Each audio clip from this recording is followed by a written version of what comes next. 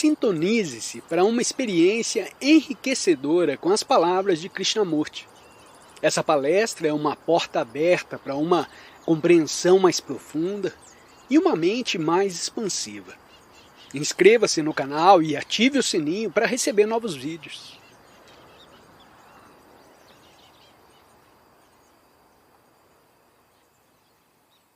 Por que meus pais se encolerizam quando eu digo que desejo seguir outra religião? Resposta: em primeiro lugar, eles estão apegados à sua própria religião, que consideram ser a melhor, se não a única religião do mundo. Por isso desejam muito naturalmente que também a siga. Além disso, te querem preso à maneira de pensar deles, de seu grupo, de sua raça, de sua classe. Estas são algumas das razões. E também, bem de meu ver, se seguir outra religião, você se tornaria uma fonte de aborrecimentos e de perturbações na família. Mas o que acontece mesmo quando abandona uma religião organizada para seguir outra? Isso não significa apenas mudar-se para outra prisão? Enquanto a mente se mantém apegada a uma crença, está cativa numa prisão. Se você nasceu hinduísta e se torna cristão, seus pais poderão se aborrecer, mas esse é um ponto secundário. O importante é perceber que, ingressando noutra religião, você adota apenas um novo sistema de dogmas em lugar do antigo. Você poderá se tornar um pouco mais ativo, um pouco mais isso ou aquilo, mas está ainda na prisão da crença e do dogma. Portanto, não troque de religião, pois isso é apenas se revoltar dentro da prisão. Mas trate de deitar abaixo os muros da prisão e de descobrir por você mesmo o que é Deus, o que é a verdade. Isto sim tem significação e te dará uma enorme vitalidade e energia. Mas meramente passar de uma prisão para outra e disputar sobre qual é a melhor prisão, isso é brincadeira de criança. O libertar-se da prisão da crença requer uma mente amadurecida, uma mente refletida, uma mente que perceba a natureza da própria prisão e não compare uma prisão com outra. Para compreender uma coisa, não pode compará-la com outra. A compreensão não vem da comparação. Só vem quando examina a coisa em si. Se examinar a natureza da religião organizada, verá que todas as religiões são essencialmente iguais. Seja o budismo, o hinduísmo, o maometismo, o cristianismo, seja o comunismo, que é outra forma de religião, a mais novinha. No momento em que compreender a prisão, quer dizer, perceber tudo o que está implicado na crença, nos ritos, nos sacerdotes, nunca mais pertencerá a religião nenhuma, porque só o homem livre de crença pode descobrir aquilo que excede todas as crenças, aquilo que é imensurável. Pergunta: qual a maneira verdadeira de formar o caráter? Resposta: ter caráter significa, por certo, ser capaz de opor-se ao que é falso e de sustentar o que é verdadeiro. Mas é difícil formar o caráter porque a maioria de nós, o que está dito no livro, o que é dito pelo mestre, pelos pais, pelo governo, é muito mais importante do que descobrirmos o que nós mesmos pensamos. Pensar por si mesmo, descobrir o que é verdadeiro e ao verdadeiro se ater, sem se deixar influenciar, não importa o que a vida proporcione de sofrimento ou de felicidade, é isso que forma o caráter. Suponhamos, por exemplo, que não crê na guerra, não por causa do que ouviu dizer a certo reformador ou instrutor religioso, mas porque você mesmo refletiu profundamente nessa questão. Você a investigou, a examinou, meditou a respeito dela, e para você matar é sempre mal. Quer se mate para comer, quer por ódio, quer por patriotismo. Pois bem, se sente isso com toda a força e não se deixa abalar, apesar de tudo que possa acontecer, ainda que seja jogado na prisão ou fuzilado, como talvez te acontecesse em certos países, então você tem caráter. O caráter tem então um significado completamente diferente. Não é o caráter da qualidade que a sociedade cultiva. Mas nenhum estímulo recebemos nesse sentido. E nem o educador, nem o estudante possuem a necessária vitalidade, a necessária energia para pensar completamente e ver o que é verdadeiro e não se deixar abalar, não se deixar atingir pelo falso. Mas se for capaz disso, então não seguirá nenhum guia político ou religioso, porque você será a sua própria luz, e o descobrimento e cultivo dessa luz, não só na juventude, mas por toda a vida, é educação. Pergunta: por que a idade é um obstáculo ao conhecimento de Deus? Resposta: o que é a idade? É o número de anos que um homem já viveu. Isso é só parte da idade. Você nasceu em tal ano e tem agora 15, 40 ou 60 anos de idade. Seu corpo envelhece e também envelhece a sua mente sob a carga de todas as experiências, sofrimentos e fadigas da vida. E essa mente não pode, em tempo algum, descobrir o que é a verdade. A mente só pode descobrir quando nova, fresca e inocente. Mas a inocência nada tem a ver com a idade. Não é só a criança que é inocente. Ela pode não ser.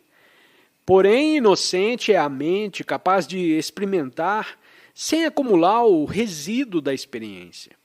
A mente tende a experimentar, pois isso é inevitável. Ela deve responder a tudo, ao rio, ao animal doente, ao morto que está sendo levado para cremar, às torturas e angústias da vida. Mas a mente deve ser capaz de responder sem ficar na dependência da experiência. É a tradição, a acumulação de experiência, das cinzas da memória, o que faz a mente envelhecer. A mente que morre cada dia para as lembranças da véspera, para todas as alegrias e pesares do passado, essa mente é fresca, inocente e não tem idade. E sem essa inocência, não importa se você tem 10 ou 60 anos, não encontrará Deus.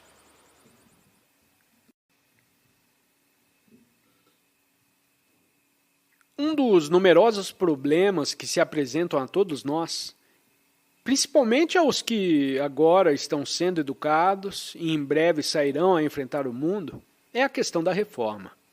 Vários grupos, os socialistas, os comunistas e os reformadores, de todos os matizes, se mostram interessados em promover certas mudanças no mundo. Mudanças obviamente necessárias. Embora se observe em alguns países um satisfatório nível de prosperidade, em todo o mundo ainda há fome, miséria e milhões de indivíduos quase despidos e sem teto. E como realizar uma reforma fundamental sem criar mais caos, mais miséria e mais luta? Esse é o problema real, né? A quem leia um pouco de história e observe as modernas tendências políticas, há de ser muito evidente que isso aqui chamamos reforma, por desejável e necessário que seja, sempre traz em sua esteira novas formas de confusão e de conflito. E para anular esses efeitos, tornam-se necessárias mais leis, mais medidas e contramedidas. Toda reforma cria novas desordens. Para corrigir essas desordens, se produzem novas desordens e prossegue assim indefinidamente o círculo vicioso. É isso que estamos atualmente enfrentando. esse processo aparentemente infindável. Bom, e como podemos romper esse ciclo vicioso? Note bem que a reforma é evidentemente necessária, mas é possível efetuá-la sem se produzir maior confusão? Esse me parece ser um dos problemas fundamentais que deve interessar a toda pessoa que reflete. Não se trata da espécie de reforma necessária, nem do nível em que deve ser efetuada. Porém, a questão é se é possível alguma reforma que não acarrete outros problemas que tornem a criar nova necessidade de reforma, e que fazer para quebrar definitivamente esse interminável processo. Por certo, a função da educação, quer na pequena escola, quer na grande universidade, é atacar esse problema, não abstrato ou teoricamente, não filosofando ou escrevendo livros a seu respeito, porém enfrentando-o em sua realidade, a fim de descobrir a maneira de resolvê-lo. Está o homem aprisionado nesse círculo vicioso de reformas que tornam sempre necessárias outras reformas. E se não se quebrar esse ciclo, nossos problemas ficarão sem solução.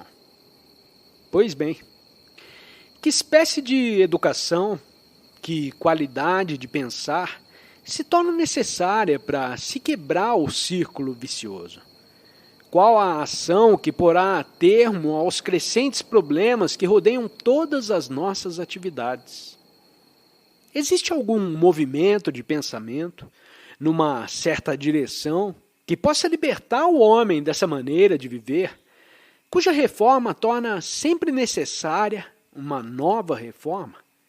Por outras palavras, a ação não nascida de reação? Eu acho que há um modo de vida em que não existe esse processo de reforma a gerar mais sofrimentos. E esse modo de vida se pode chamar religião. A pessoa verdadeiramente religiosa não está interessada em reformas. Não está interessada em produzir meras mudanças da ordem social. Pelo contrário, ela está em busca do verdadeiro. E essa própria busca do verdadeiro é de efeito transformador na sociedade. Por essa razão é que a educação deve interessar-se principalmente em ajudar o estudante a buscar a verdade ou Deus, e não cuidar meramente de prepará-lo para ajustar-se ao padrão de uma dada sociedade. Eu acho muito importante compreender isso enquanto se é jovem, porque à medida que vamos crescendo e abandonando nossas pequenas distrações e diversões, nossos apetites sexuais e mesquinhas ambições, nos tornamos mais vivamente cônscios dos imensos problemas que o mundo está enfrentando e desejamos então fazer alguma coisa no sentido de solucioná-los, de introduzir alguma espécie de melhoramento. Mas se não formos profundamente religiosos, só iremos criar mais confusão e mais sofrimento. E religião nada tem a ver com sacerdotes, igrejas, dogmas ou crenças organizadas. Essas coisas não são religião em absoluto.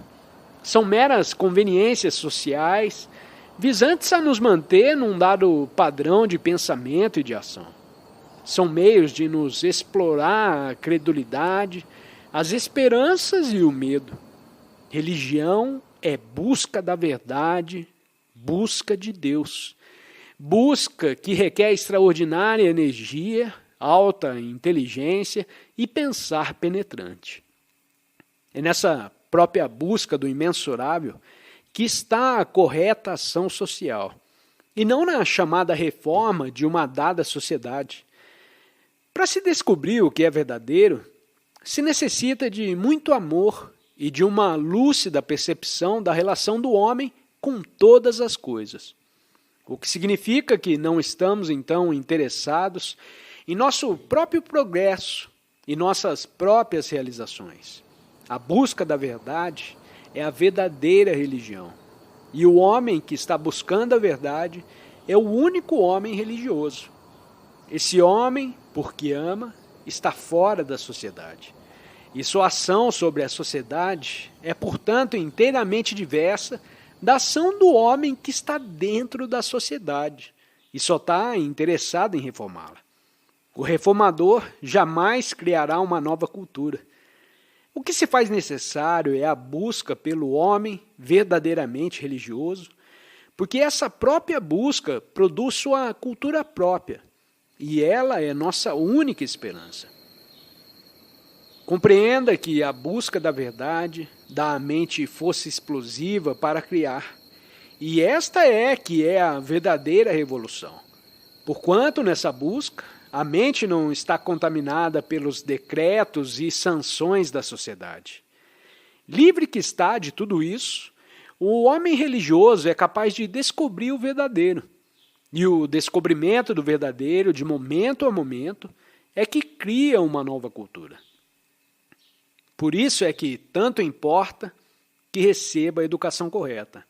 Para dá-la, o próprio educador deve ser educado corretamente, de modo que não considere o ensino apenas como meio de vida, mas seja capaz de encaminhar o estudante para rejeitar todos os dogmas e não se deixar prender por religião ou crença. As pessoas que se unem sob a égide da autoridade ou a fim de porem em prática certos ideais, estão todas interessadas na reforma social, que consiste meramente em decorar os muros da prisão. Só o homem verdadeiramente religioso é verdadeiramente revolucionário. E a função da educação é ajudar cada um de nós a ser religioso, no verdadeiro sentido da palavra, porque só nessa direção se encontra a salvação.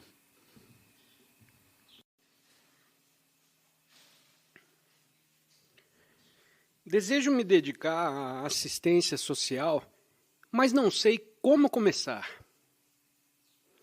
Considero muito importante que trate de descobrir não como começar, mas por que deseja prestar serviços sociais. É porque você vê tanto sofrimento no mundo, fome, doença, exploração, a brutal indiferença dos opulentos ao lado da mais aterradora pobreza, a inimizade entre o homem e o homem. É essa a razão? Deseja prestar serviços sociais porque há amor em seu coração e não está, portanto, interessado em seu preenchimento próprio? Ou será a assistência social um meio de fugir de você mesmo? Você compreende isso? Veja, por exemplo, que há muito de odioso no casamento ortodoxo, segundo as velhas convenções. E assim diz: nunca me casarei. E você se atira de corpo e alma ao trabalho social, ou talvez os seus pais te estimulem a isso, ou ainda pode ser que tenham um ideal. Se esse trabalho representa um meio de fuga, ou se está meramente a seguir um ideal estabelecido pela sociedade, por um líder ou sacerdote, ou por você mesmo, então todo e qualquer serviço social que venha a prestar só irá causar mais sofrimento. Mas se em seu coração tem amor, se está buscando a verdade e é, portanto, um ente verdadeiramente religioso, se já não é ambicioso, se já não aspira ao êxito e sua virtude não te está conduzindo à respeitabilidade, então sua própria vida concorrerá para a total transformação da sociedade. Acho muito importante compreender isso. Quando somos jovens, quase todos vocês o são, desejamos fazer alguma coisa e a assistência social está em voga. Escrevem-se livros a respeito dela, os jornais lhe fazem a propaganda, há escolas para treinar assistentes sociais e etc. Mas veja, se não houver autoconhecimento, Se não houver compreensão de você mesmo e de suas relações, qualquer serviço social que preste virará cinzas em sua boca. É o homem feliz e não o idealista ou o pobre fujão que é revolucionário. E o homem feliz não é o homem de muitos haveres. O homem feliz é o homem verdadeiramente religioso e o próprio viver dele é trabalho social. Mas se meramente se tornar um dentre os inumeráveis assistentes sociais, vazio ficará o seu coração. Você pode dar todo o seu dinheiro ou persuadir outros a contribuírem com o seu e promover maravilhosas reformas. Porém, enquanto tiver vazio o coração e a mente cheia de teorias, sua vida será monótona, cansativa e sem alegria. Em primeiro lugar, trate de compreender a você mesmo, porque desse autoconhecimento virá a ação correta. Pergunta: por que é tão insensível o homem? Resposta: isso é bastante simples, não? Quando a educação se limita a transmitir conhecimentos e a preparar o estudante para obter empregos. Quando lhe acena com ideais e o ensina a interessar-se unicamente em seu próprio sucesso. É óbvio que o homem tende a tornar-se insensível. Os mais de nós não temos amor em nossos corações. Nunca olhamos para as estrelas ou nos deleitamos com o murmúrio das águas. Nunca observamos a dança do luar sobre as águas de uma torrente, ou o voo de uma ave.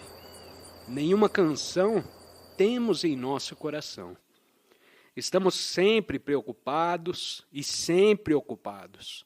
Nossa mente está cheia de planos e de ideais de salvação da humanidade. Professamos a fraternidade e nossa própria fisionomia é um desmentindo disso. Eis porque tantos importa recebemos educação correta enquanto estamos jovens, enquanto nossa mente e coração são receptivos, sensíveis e ardorosos.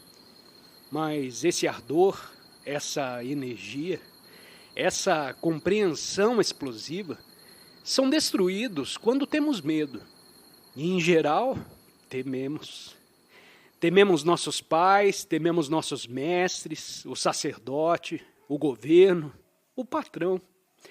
Temos medo de nós mesmos e, consequentemente, a vida se torna uma coisa temível, sombria.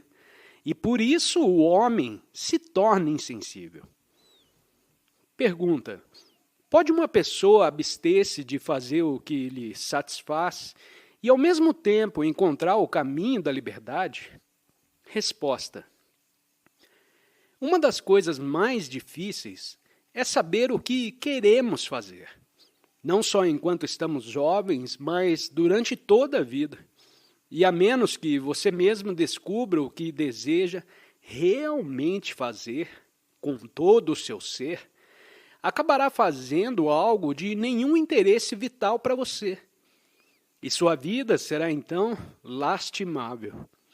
E nesse estado lastimável, busca distração nos cinemas, na bebida, na leitura de inumeráveis livros, em alguma espécie de reforma social e etc. Assim sendo, pode o educador te ajudar a descobrir o que deseja fazer em toda a vida, independente do que desejem que façam os seus pais ou a sociedade? Essa é a verdadeira questão, não acha?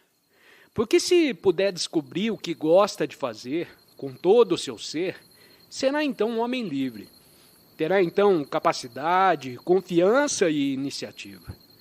Mas se desconhecendo o que realmente gosta de fazer, você se torna advogado, político ou o que quer que seja, não haverá então felicidade para você. Porque essa própria profissão se tornará um meio de destruição sua e dos outros. Você deve descobrir por você mesmo o que gosta de fazer. Não pense em escolher uma profissão a fim de se ajustar à sociedade, porque dessa maneira nunca descobrirá o que realmente gosta de fazer. Se gosta de fazer uma certa coisa, não há problema de escolha. Quando ama e deixa o amor atuar livremente, há então ação concreta, porque o amor não busca êxito, não se envolve em imitação. Mas se entrega sua vida a algo que não ama, você nunca será livre. O fazer meramente o que te apraz não é a mesma coisa que fazer o que gosta de fazer. O descobrimento daquilo que gosta verdadeiramente de fazer requer muita penetração e profundo discernimento. Não comece pensando em termos de ganhar a vida, mas se descobrir o que gosta de fazer, terá então o seu meio de vida. Pergunta: é verdade que só os puros podem ser sem medo? Resposta: não acalanteie ideais de pureza, castidade, fraternidade, não violência e etc, e etc, e etc. Porque eles nada significam. Não tente ser corajoso, porque isso é simples reação do medo. Ser sem medo exige extraordinária perspicácia, compreensão de todo o processo do medo e de sua causa. Há medo enquanto desejamos segurança. Segurança no casamento, segurança no emprego, na posição, nas responsabilidades, segurança nas ideias, nas crenças, segurança nas relações com o mundo ou nas relações com Deus. No momento em que a mente estiver em busca de segurança ou de satisfação, em qualquer forma ou em qualquer nível que seja, haverá necessariamente medo. E o que importa é estar cônscio desse processo e compreendê-lo. Isso não é questão de pureza, dessa coisa chamada pureza. A mente alertada, vigilante, a mente livre do medo é uma mente inocente. E só a mente inocente pode compreender a realidade, a verdade ou Deus. Infelizmente, nesse país, como em outras partes, os ideais assumiram uma extraordinária importância, sendo ideal aquilo que deveria ser. Eu deveria ser não violento, eu devia ser bom e por aí afora. O ideal, o que devia ser, está sempre muito longe e por isso nunca é. Os ideais são uma verdadeira desgraça, porque te impedem de pensar direto, simples, verdadeiro, em presença dos fatos. O ideal, o que deveria ser, é uma fuga ao que é. O que é o fato de que tem medo. Medo do que digam seus pais, do que pensem os outros, medo da sociedade, medo da doença, medo da morte. E se você enfrenta o que é, se o olha e penetra, ainda que isso seja doloroso, e o compreende, verá como sua mente se torna muito simples e clara. E nessa própria claridade está a cessação do medo. Infelizmente, somos educados com todos os absurdos filosóficos dos ideais, que são mero adiamento. Eles não têm nenhuma validade. Tem, por exemplo, o ideal da não violência. Mas você é não violento? Assim, porque não enfrenta sua violência, porque não olha o que você é. Se observar sua própria avidez, sua ambição, seus prazeres e distrações, e começar a compreender tudo isso, verá que o tempo, como meio de progresso, como meio de alcançar o ideal, terá deixado de existir. Veja, a mente inventa o tempo para alcançar seus objetivos, e por isso nunca está quieta e serena. A mente serena é inocente, fresca, ainda que tenha 1 milênio de experiência, e por isso é capaz de resolver os problemas de sua própria vida de relação. Pergunta: o homem é vítima de seus próprios desejos, que criam muitos problemas. Como poderá ele criar um estado de não desejo? Resposta: a vontade de criar um estado de não desejo é um mero artifício mental, percebendo que o desejo cria sofrimentos e querendo livrar-se dele.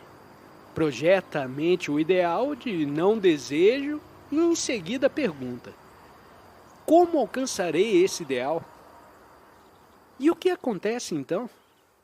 Para você ser sem desejo, reprime o seu desejo, não é? Estrangula o desejo e procura matá-lo, e depois pensa ter alcançado o estado de não desejo. E isso é inteiramente falso. O que é o desejo? É energia, não é? E no momento em que sufoca sua energia, você fez de você mesmo um ente embotado e sem vida. Foi isso que aconteceu na Índia. Todos os chamados homens religiosos sufocaram o seu desejo. São muitos raros os que pensam e que são livres. O importante, pois, não é sufocar o desejo, porém compreender a energia e a utilização da energia na direção certa. Quando jovens, vocês têm energia em abundância. Energia que te dá vontade de saltar montanhas, de pegar as estrelas. Então entra em cena a sociedade e te manda manter essa energia entre os muros da prisão, a que ela chama respeitabilidade. Por meio da educação, de todas as formas de sanção e de controle, essa energia é gradualmente exprimida de você. Mas você necessita de mais energia, e não de menos. Porque se não possui imensa energia, nunca descobrirá o verdadeiro. O problema, pois, não é como reduzir a energia, porém antes como conservá-la e aumentá-la, como fazê-la independente e contínua. Mas não a modo de nenhuma crença ou sociedade, para que se torne um movimento em direção à verdade e a Deus. Tem então a energia um significado totalmente diferente. Assim como o seixo jogado em uma lagoa tranquila forma um círculo crescente, assim também a ação da energia, que se dirige para a verdade, cria as ondas de uma nova cultura. A energia é então ilimitada e imensurável. E essa energia é Deus.